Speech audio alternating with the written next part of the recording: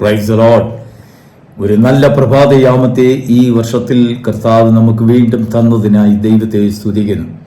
പെന്തക്കോസ്ത് മെസ്സഞ്ചറിൽ കൂടെ പ്രഭാത സന്ദേശം കേൾക്കുന്ന എല്ലാ പ്രിയപ്പെട്ടവരെയും ക്രിസ്തുയേശുവിന്റെ ധന്യനാമത്തിൽ വന്ദനം ചെയ്യുന്നു.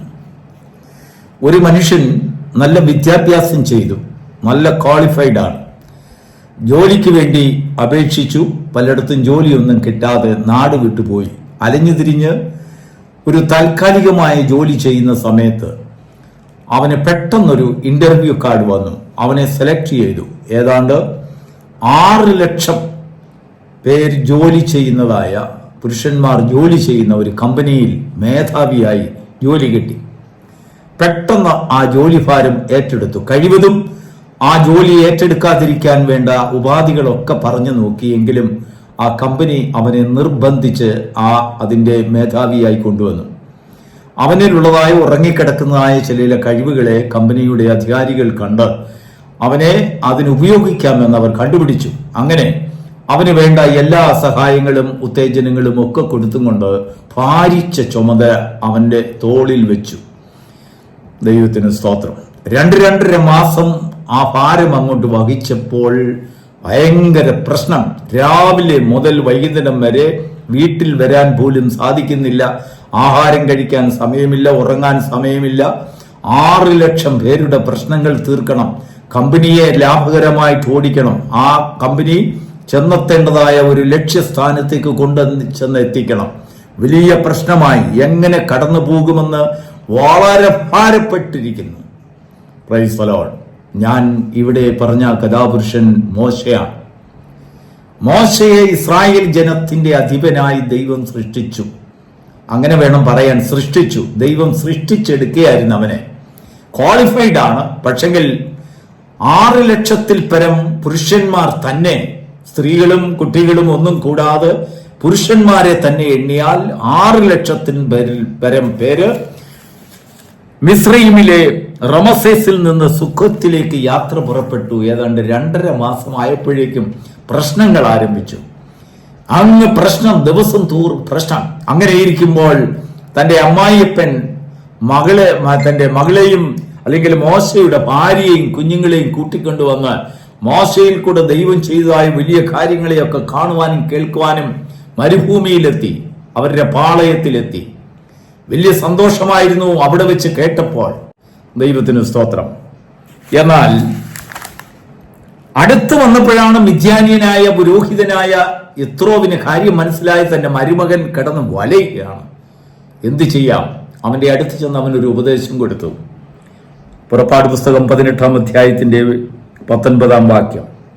ആകയാൽ മോശെ, നീ എന്റെ വാക്ക് കേൾക്ക, ഞാൻ ഒരു ആലോചന നിനക്ക് പറഞ്ഞു തരാം. ദൈവം നിന്നോടുകൂടെ ഇരിക്കും. നീ ജനത്തിന് വേണ്ടി ദൈവസന്നിധിയിൽ ഇരിക്കുക. നീ കാര്യങ്ങളെ ദൈവസന്നിധിയിൽ കൊണ്ടുവരിക. Praise the Lord. അന്ന് മോശയോട് പറഞ്ഞതായ കാര്യമാണ്. അതിനുശേഷം യിത്രോവ് മോശയോട് പറയുന്നതായ ഒരു പ്രധാനപ്പെട്ട കാര്യമുണ്ട്. നീ ഈ കാര്യം ചെയ്യുകയും ദൈവം അത് അനുവദിക്കുകയും ചെയ്താൽ നിനക്ക് നിന്നു പൊറുക്കാം. ഈ ജനത്തിനൊക്കെയും സമാധാനത്തോടെ തങ്ങളുടെ സ്ഥലത്തേക്ക് പോവുകയും ചെയ്യാം. അപ്പോൾ നിന്നു പൊറുക്കാനൊക്കാത്തതായ ഒരു സാഹചര്യത്തിൽ എത്തിയ മോശയെ സഹായിക്കുവാൻ യിത്രോ പുരോഹിതൻ, മിദ്യാന്യനായ പുരോഹിതനിൽ കൂടെ ദൈവത്തിന്റെ ആത്മാവ് സംസാരിച്ചതായ കാര്യമാണ്. നീ ജനത്തിന് വേണ്ടി ദൈവസന്നിധിയിൽ ഇരിക്കുക. നിന്റെ കാര്യങ്ങളൊക്കെയും ദൈവസന്നിധിയിൽ കൊണ്ടു ചെല്ലുക. Praise the Lord. 37-ാം സങ്കീർത്തനത്തിന്റെ 5-ാം വാക്യം. നിന്റെ വഴി യഹോവയെ പരമേൽപ്പിക്കുക, അവൻ അത് നിർവഹിക്കും.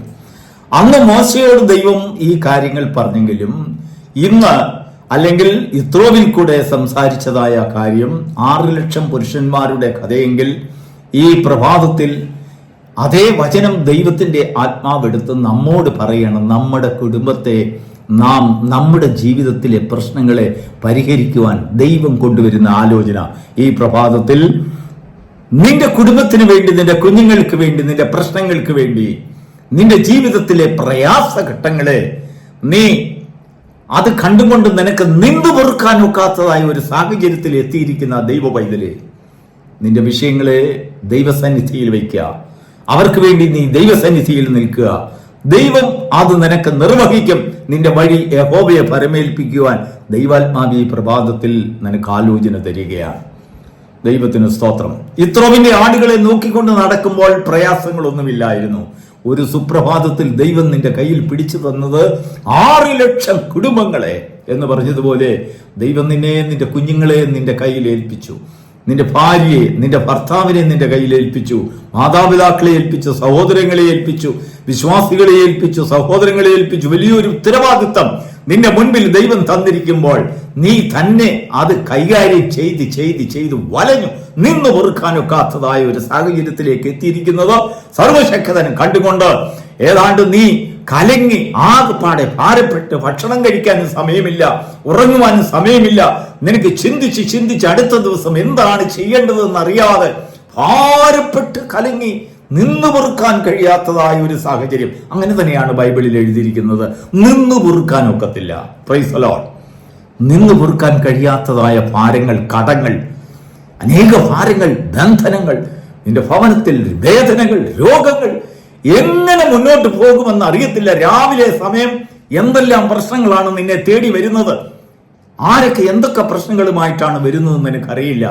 ദൈവത്തിന്റെ ആത്മാവ് പറയാണ്, ജനത്തിനു വേണ്ടി നീ ദൈവസന്നിധിയിൽ നിൽക്കാം. Praise the Lord. ദൈവസന്നിധിയിൽ ഇരിക്കുക. നിന്റെ വിഷയങ്ങളെ നീ ദൈവസന്നിധിയിൽ കൊണ്ടുവരിക. നിന്റെ വലിയ യഹോവയെ പരമേൽപ്പിക്കുക. അവൻ അത് നിർവഹിക്കും. പലപ്പോഴും നമുക്ക് ഇങ്ങനെ ഒരു ദർശനം ഇല്ലാതിരിക്കുമ്പോൾ ദൈവം ആരിൽ നിന്നൊക്കെയോ ചില ആലോചനകൾ കൊണ്ടുവരും. നോക്കൂ, ഇത്രോ ഒരു പക്ഷെങ്കിൽ സൈന്യങ്ങളുടെ ദൈവമായ യഹോവയുടെ പുരോഹിതനായിരിക്കില്ല. എങ്കിലും നിന്നെ ബുദ്ധി ഉപദേശിക്കുവാനായി ചില സന്ദേശങ്ങളുമായി ദൈവം മരുഭൂമിയിൽ കൂടെ വൃദ്ധനായ ഒരു മനുഷ്യനെ നടത്തിക്കൊണ്ട് വന്നിരിക്കുകയാണ്. ഇല്ലാത്ത ഭാരങ്ങൾ ആകെപ്പാടെ നിനക്ക് ഭാരങ്ങൾ, മോശയുടെ കയ്യിൽ ധാരാളം ഭാരമുണ്ടെങ്കിലും അതിന്റെ കൂടെ തന്റെ ഭാര്യയെയും കുഞ്ഞുങ്ങളെയും കൂടെ അവിടെ കൊടുത്തു. ഇന്നാ നിന്റെ ഭാരം ഇത് നീ കളഞ്ഞിട്ട് പോകണ്ട, അതും കൂടെ വഹിച്ചോളാൻ പറഞ്ഞു. Praise the Lord. ദൈവത്തിന് സ്തോത്രം. ഭാരം ദിവസം തോറും കൂടി വരികയാണ്.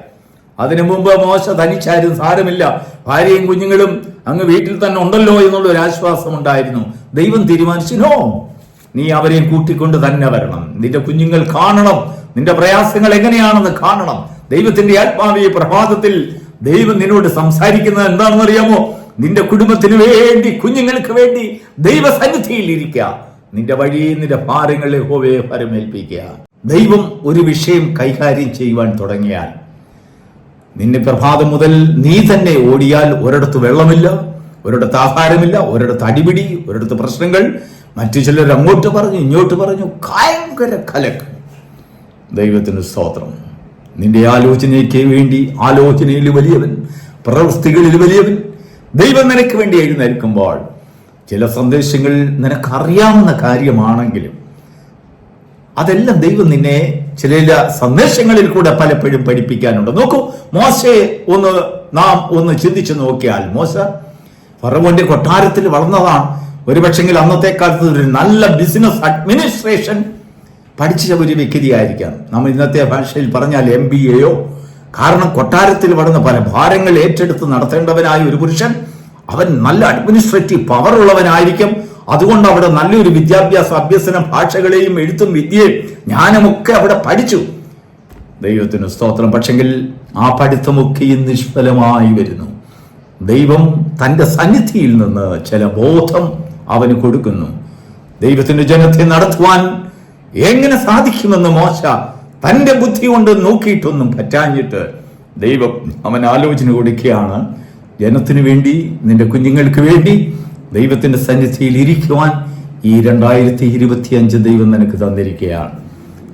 നിന്ന് പൊറുക്കാൻ വയ്യാത്ത വിഷയങ്ങളിൽ നിന്ന്, കടന്നുകൂടുവാൻ കഴിയാത്ത വിഷയങ്ങളിൽ നിന്ന്, ഇന്നലെ രാത്രി വരെയും നിന്റെ ഉറക്കം കെടുത്തിയ വിഷയങ്ങളിൽ നിന്ന് ഒരു പരിഹാരം ഈ പ്രഭാതത്തിൽ ദൈവത്തിന്റെ ആത്മാവ് തരികയാണ്. Submit your ways in the hand of God and he will make it success. നിന്റെ വിഷയങ്ങളെ യഹോവയുടെ സന്നിധി, കർത്താവിന്റെ സന്നിധിയിൽ കൊടുക്കുക. അവൻ അത് നിർവഹിക്കും. God bless you.